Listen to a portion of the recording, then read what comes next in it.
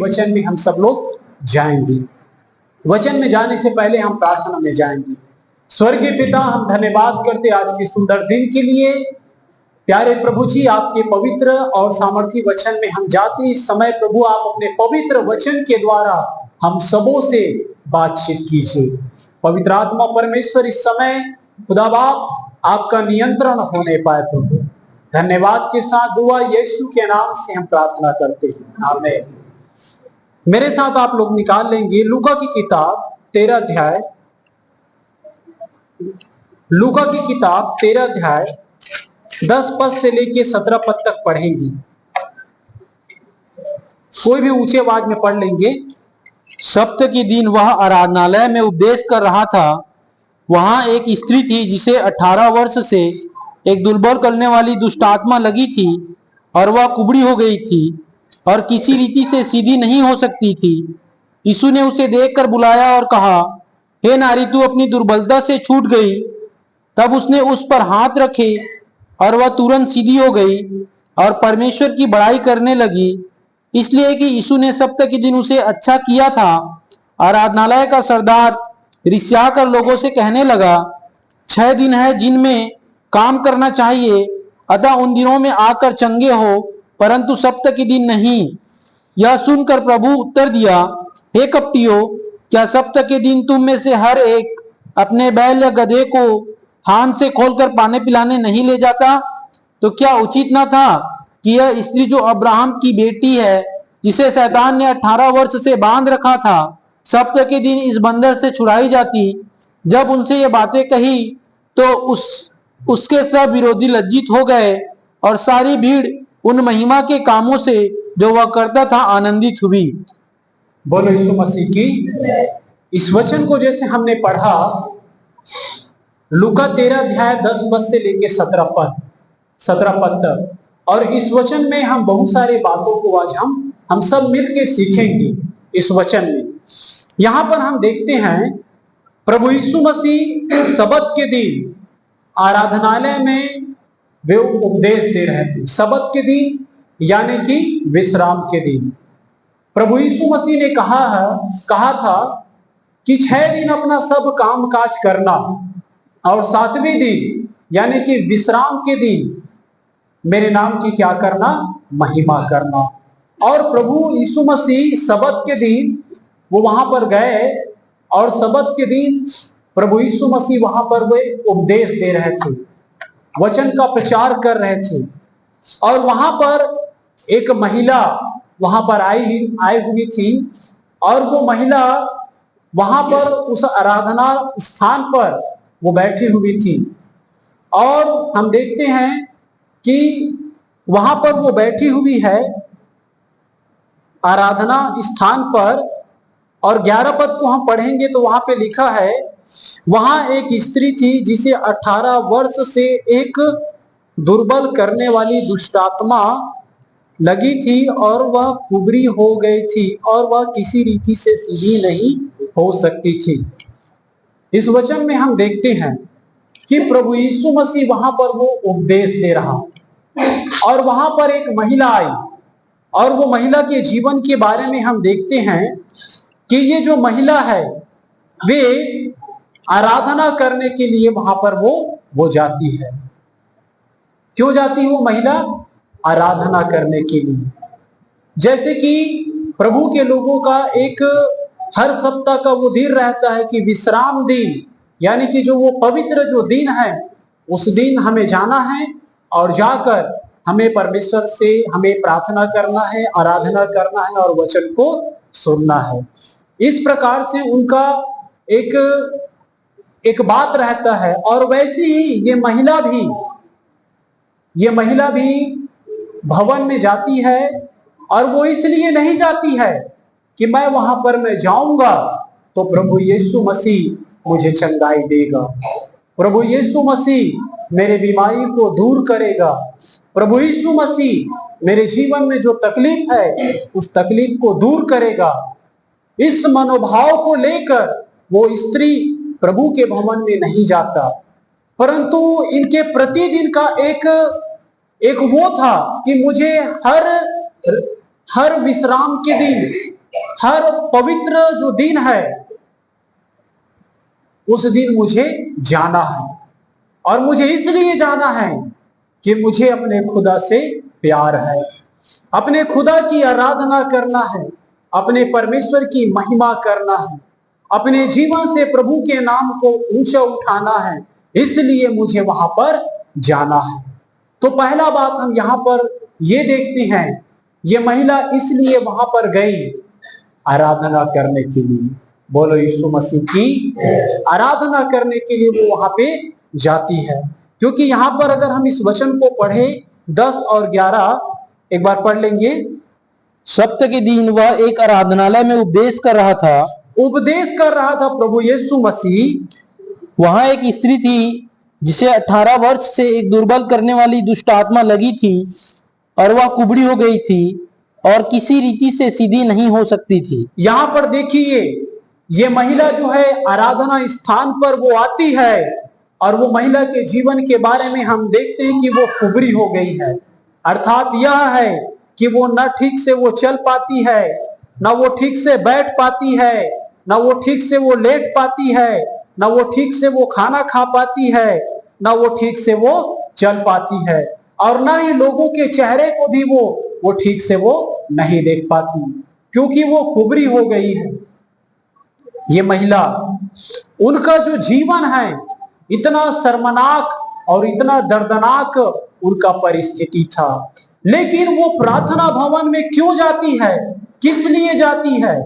वो आराधना करने के लिए वो जाती है, चंगाई पाने के लिए नहीं जाती। इस वचन को अगर आप अच्छे से अगर आप पढ़ेंगे तो आपको वहां पर पता चलेगा, वो स्त्री चंगाई पाने के लिए नहीं जाती, परंतु वो इसलिए जाती है कि मुझे खुदा की आराधना करना है, प्रभु की महिमा करना है।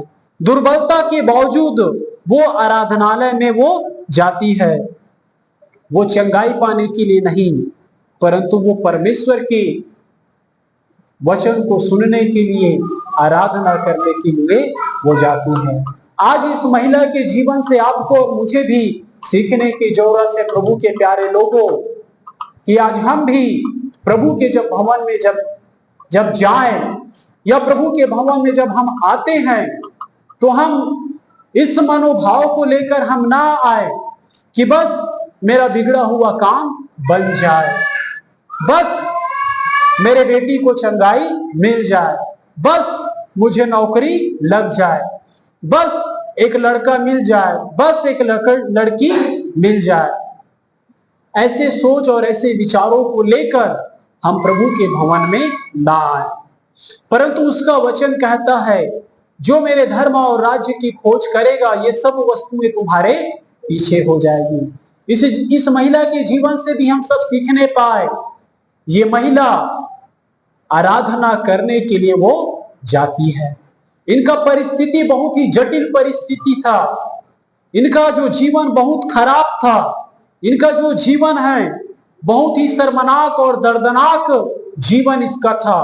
ये कुबरी हो गई थी। जो कुबरी हो जाता है उनका कमर कैसा रहता है आपको मालूम? एल शेप में रहता है। कैसे रहता है? एल शेप में रहता है। ना वो सीधा हो पाएगा, ना वो ठीक से खाना खा पाएगा, ना वो लोगों को ठीक से वो देख पाएगा।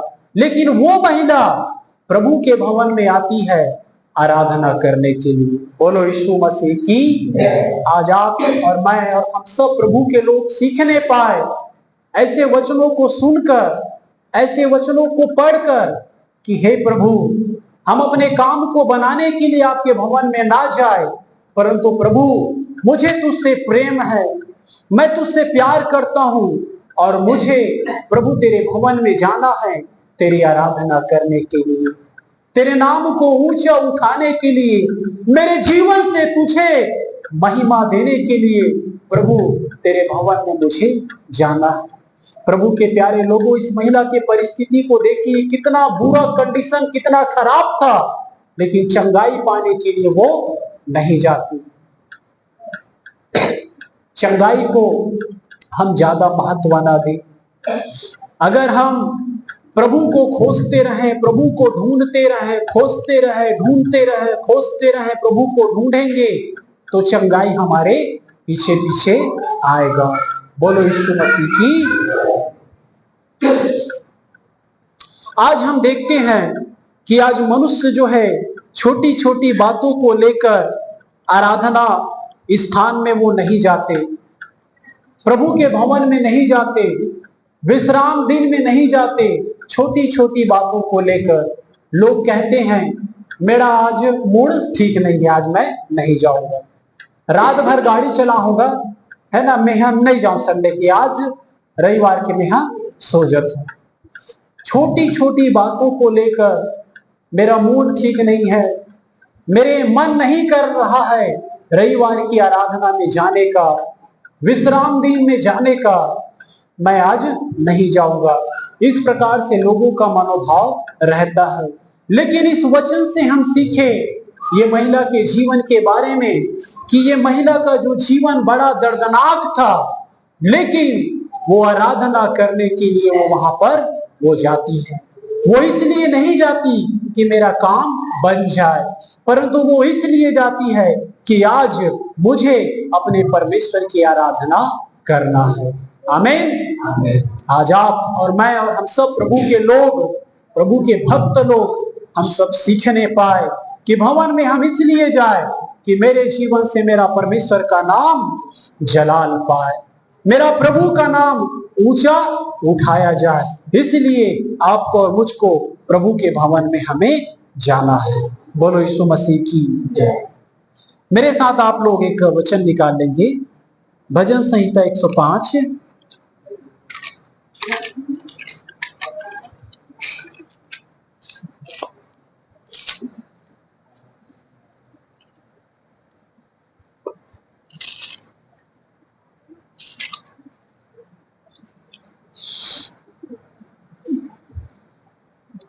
भजन संहिता 105 उसका 1, 2 और 3 पढ़ लेंगे ऊंची आवाज में।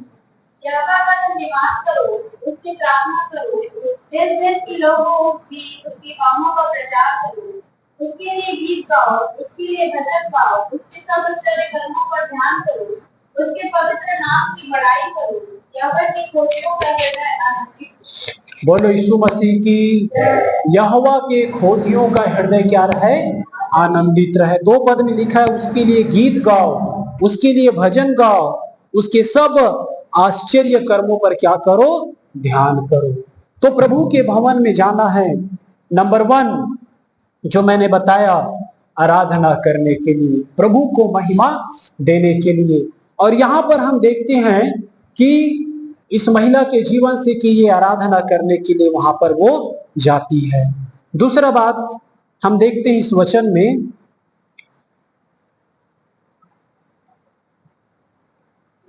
प्रभु कहता है इस महिला के विषय में, हे अब्राहम की बेटी। इस महिला के विषय में प्रभु यीशु मसीह क्या कहती है? हे अब्राहम की बेटी। लिखा है ना 16 पद को अगर हम पढ़ेंगे तो वहां पे लिखा है अब्राहम की बेटी।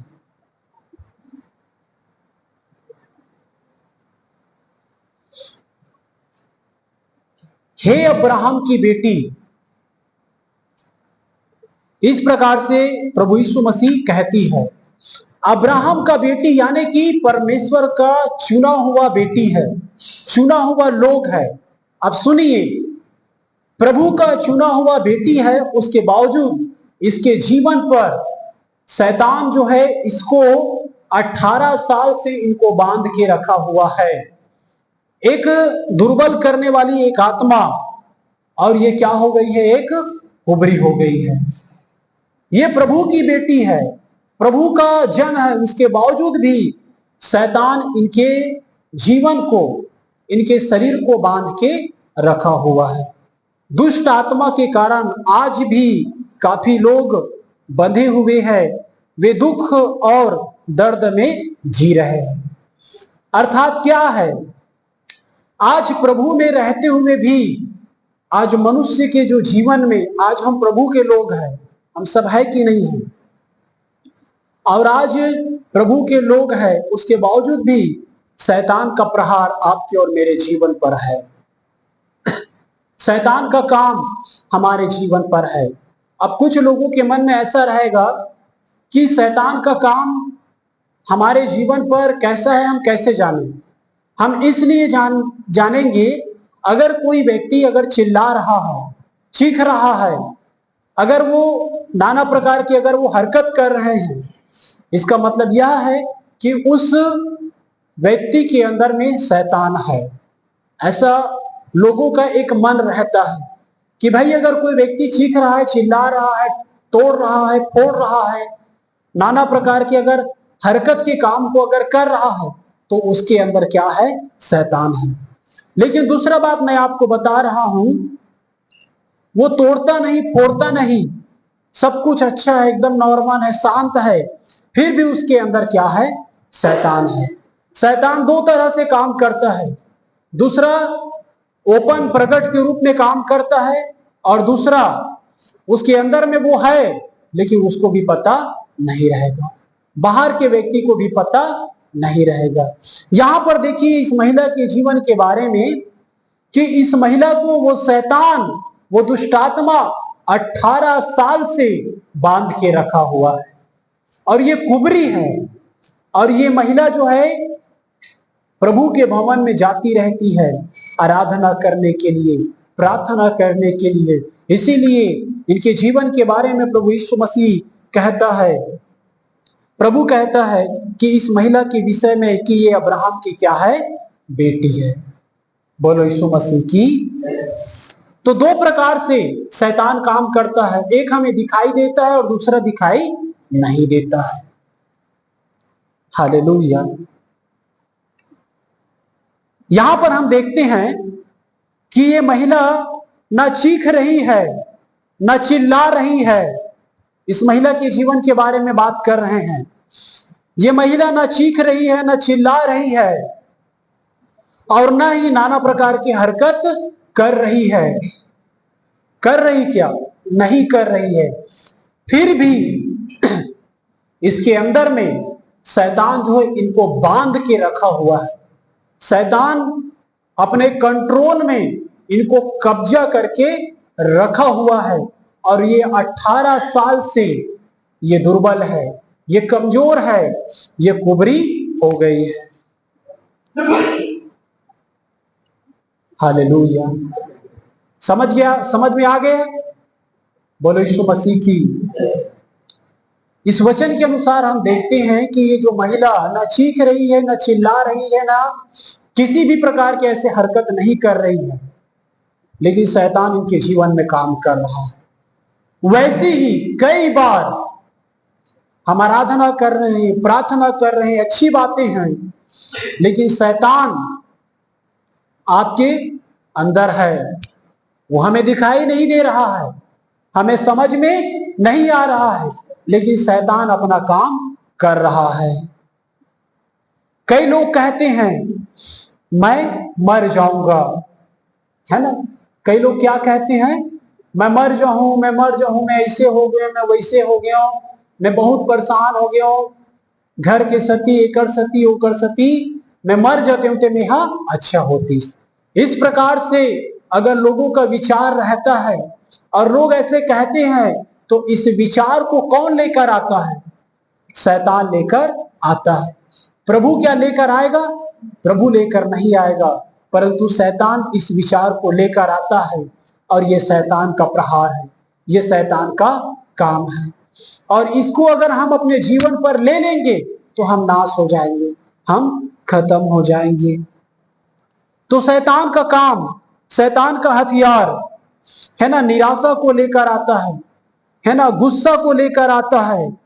गुस्सा, गलत सोच और विचार, व्यभिचार, है ना, दुष्ट आत्मा का काम, गंदे बुरे सपना जो रात के समय आता है, एक्सीडेंट का होना, कोई है ना बुरी आत्मा लोगों को दबा रहा है, तो ये सब जो है ये शैतान का काम है।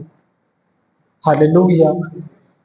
हमें दिखाई नहीं दे रहा है, और न ही हमारे अगल बगल रहने वाले पड़ोसी, हमारे घर के परिवार के लोगों को भी दिखाई नहीं दे रहा है, लेकिन आपके जीवन पर शैतान का काम है। यहां पर हम देखेंगे इस महिला के जीवन के बारे में कि ये महिला अब्राहम की बेटी है और ये प्रभु के भवन में जाती है। शैतान का काम है ऐसा उनको भी नहीं मालूम, लेकिन वो दिन आया और जब आया तो यीशु मसीह ने प्रकट किया कि 18 साल से इस महिला को वो शैतान की जो शक्ति है उसको बांध के रखी है। इसी वजह से ये महिला क्या हो गई है? क्या हो गई है? कुबरी हो गई है। हालेलुया। अगर निराशा का जीवन है, कई बार गुस्से में आकर लोग एकदम बम के समान बोल देते हैं, यह भी शैतान का काम है। निराशा हमेशा रहना, यह भी शैतान का काम है। गलत सोच और विचार को रखना, यह भी शैतान का काम है। व्यभिचार के बारे में बताऊंगा, यह भी शैतान का एक बंधन है, शैतान का काम। अगर कोई व्यभिचार में अगर है तो ये शैतान का क्या है? ये काम है। शैतान व्यभिचार में उसको ऐसा बांध के रखा हुआ है, इसीलिए उस व्यभिचार से वो छूट नहीं पा रहा है। इस वचन को जब मैंने पढ़ा, इस वचन को जब मैंने मनन और चिंतन किया, तो मैंने बहुत सारे ऐसी बातों को मैंने यहाँ पर सीखा। इस वचन को आप सब लोग घर में बड़े अच्छे से आप लोग पढ़ लेंगे, तभी आपको समझ में आएगा। तो अगर कोई व्यक्ति व्यभिचार में है, इसका मतलब यह है कि शैतान जो है उनको बहुत दिनों से बांध के रखा हुआ है। बहुत दिनों से।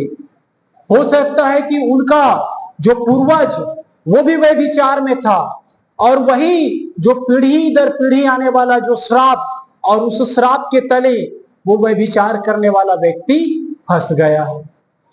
और इस बंधन से यहां पे लिखा हुआ है बंधन के विषय में, 16 पद को पढ़ लेंगे। 16। तो क्या उचित था कि यह स्त्री जो अब्राहम की बेटी है, जिसे शैतान ने 18 वर्ष से बांध रखा था, सप्त के दिन इस बंधन से छुड़ाई ना जाए। यानी कि एक बंधन होता है शैतान की ओर से जो लोगों को बांध के रखा हुआ है। आपके जो पीढ़ी के लोग उस बंधन में फंसे हुए हैं, वही बंधन आपके जीवन पर है, और वही बंधन आने वाले आपके बच्चे के जीवन पर भी रहेगा। जब तक आप उस श्राप के बंधन को यीशु मसीह के नाम से नहीं तोड़ेंगे, तब तक वो बंधन पीढ़ी पे पीढ़ी चलता चला जाएगा। उस बंधन को तोड़ने की जरूरत है। हालेलुया। ये शैतानिक शक्तियों द्वारा एक श्राप है जो आपके जीवन पर है। हालेलुया। शैतानिक शक्तियों के द्वारा ये क्या है? एक श्राप है जो एक व्यक्ति के जीवन पर है। शैतान कब काम करता है? शैतान कब काम करता है बताइए? बोलो यीशु मसीह की। शैतान कब काम करता है? शैतान तब काम करता है जब आप अपने जीवन में शैतान को आप जगह देंगे, तभी शैतान आपके जीवन पर काम करेगा। जब आप जगह देंगे शैतान के लिए, अपने आप द्वार को खोलेंगे, अपने घर को खोलेंगे, तभी शैतान आपके जीवन में, आपके घर में, आपके परिवार में काम करेगा। अन्यथा शैतान आपके जीवन पर काम कर ही नहीं सकता। आप अपने घर को खोल दीजिए, दरवाहा लोगों के लिए मेरे घर में आइए और एक गिलास दारू पी के जाइए, ये शैतान का काम है।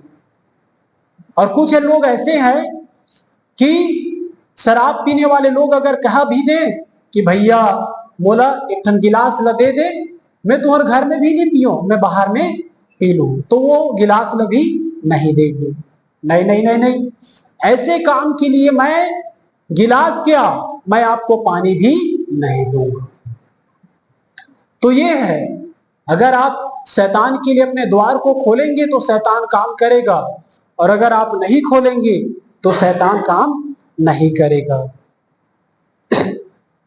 शैतान कब काम करता है? जब आप अपने जीवन में कहीं ना कहीं जब जगह आप देते हैं तभी शैतान काम करता है। गलत बातों के द्वारा अगर आप जगह देंगे तो शैतान आपके जीवन पर काम करेगा। अगर आप नशा करेंगे, कई लोग चुपके नशा करते हैं, तब शैतान आपके जीवन में काम करेगा। मम्मी को पता नहीं जो नशा हम करते हैं, पापा जी को पता नहीं जो नशा हम करते हैं, और जो हमारे जो पास्टर है ना, ओला तो वो को पता नहीं है जो हम नशा करते हैं, लेकिन एक को पता है, शैतान। भैया अगर आप नशा करेंगे तो शैतान को आप क्या दे रहे हैं? जगह दे रहे हैं। शैतान को आप क्या दे रहे हैं? जगह दे रहे हैं, और शैतान अपना फिर काम करेगा। हालेलुया। प्रभु के प्यारे लोगों, आज आपको और मुझको चेक करने की जरूरत है कि हमने कहां पर शैतान को जगह दिए है। कहीं हमने झूठ तो नहीं बोले हैं, कहीं हमने चोरी तो नहीं किए हैं, कहीं हमने बुरी बातों को तो नहीं किए हैं, कहीं हमने गलत काम तो नहीं किए हैं, कहीं हमने किसी के दिल को दुखाने वाले बात तो नहीं किए हैं।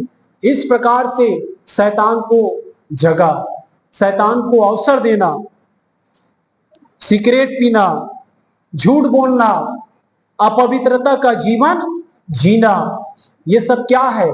शैतान को जगह देना। आज प्रार्थना करना है प्रभु से कि हे प्रभु, आपके स्पर्श मेरे जीवन में आए, मैं आपके स्पर्श को मैं अपने जीवन में मैं प्राप्त कर सकूं। यहां पर हम देखते हैं इस महिला के जीवन के बारे में कि इस महिला के विषय में प्रभु ने क्या कहा। 12 पद को पढ़ लेंगे।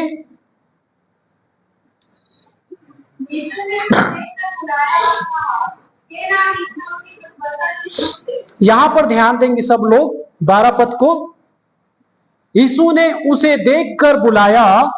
हाँ हाँ, पढ़ लेंगे आगे।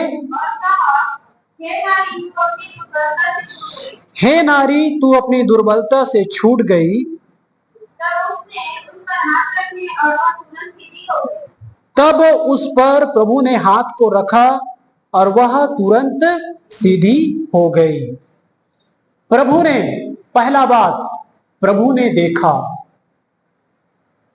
प्रभु ने उनके तकलीफों को, उनके दर्द को, उनके पीड़ाओं को, उनके समस्याओं को, और 18 साल से शैतान ने उस महिला को कैसे बांध के रखा, प्रभु ने देखा।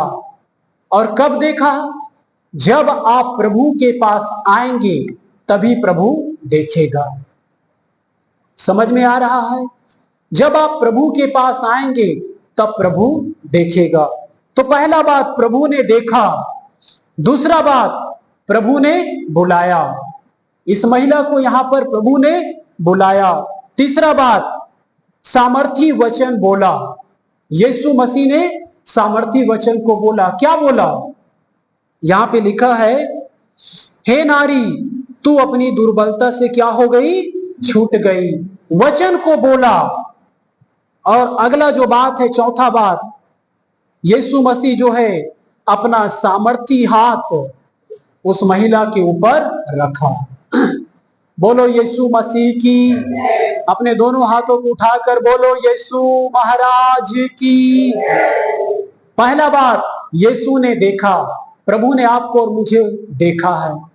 दूसरा बात, इस महिला को जब बुलाया तो वचन कहते हैं कि उसने नाम लेकर आपको और मुझे बुलाया है और अपने वचन को बोला है, और वो अपने हाथ को वो रखेगा। प्रभु के प्यारे लोगों, आज प्रभु के स्पर्श को आपको और मुझे प्राप्त करना है। अगर प्रभु के स्पर्श को अगर आप और मैं प्राप्त कर ले अपने जीवन पर, तो हमारा जीवन ही क्या हो सकता है? बदल जाएगा। हमारे जीवन पर जो शैतान, जो हम कब्जा करके रखा है, जो शैतान के कंट्रोल पर हम चल रहे हैं, प्रभु का अगर एक स्पर्श अगर आपके जीवन पर अगर आ जाए ना, तो आपके जीवन को प्रभु बदल देगा। आमीन। क्या चाहिए? क्या चाहिए? प्रभु के स्पर्श को चाहिए।